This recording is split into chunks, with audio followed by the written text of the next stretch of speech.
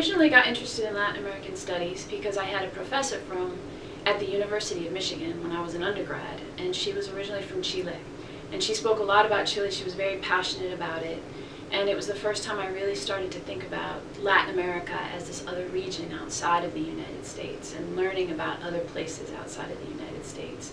My father's also originally from Bolivia, and that was also a personal interest, but I'd never really thought about it too much until after I started at the University of Michigan as an undergraduate student. I do urban geography. And in Latin America right now, my research really focuses on squatters, people that live illegally in kind of empty buildings throughout the city. And I focus specifically on Buenos Aires. Buenos Aires is the capital of Argentina.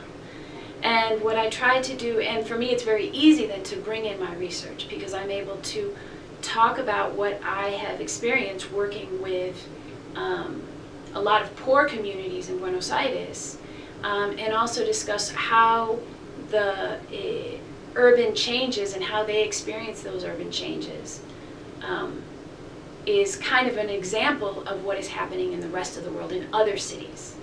And so I don't talk about Buenos Aires, I don't talk about my research as something separate, but actually in terms of one example of how we are seeing similar phenomena throughout the world and also in the United States.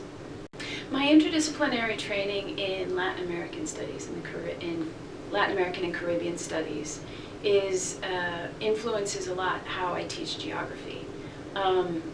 When you teach about Latin America and the Caribbean, particularly to students in the United States, it's important to really try to offer a broad understanding of the region. So focusing on history, on the culture, on the geography, on the landscapes, on the government. And so all of these things I bring into the classroom. I don't focus just on one aspect of the region, but try to offer a broad understanding of what is of the region.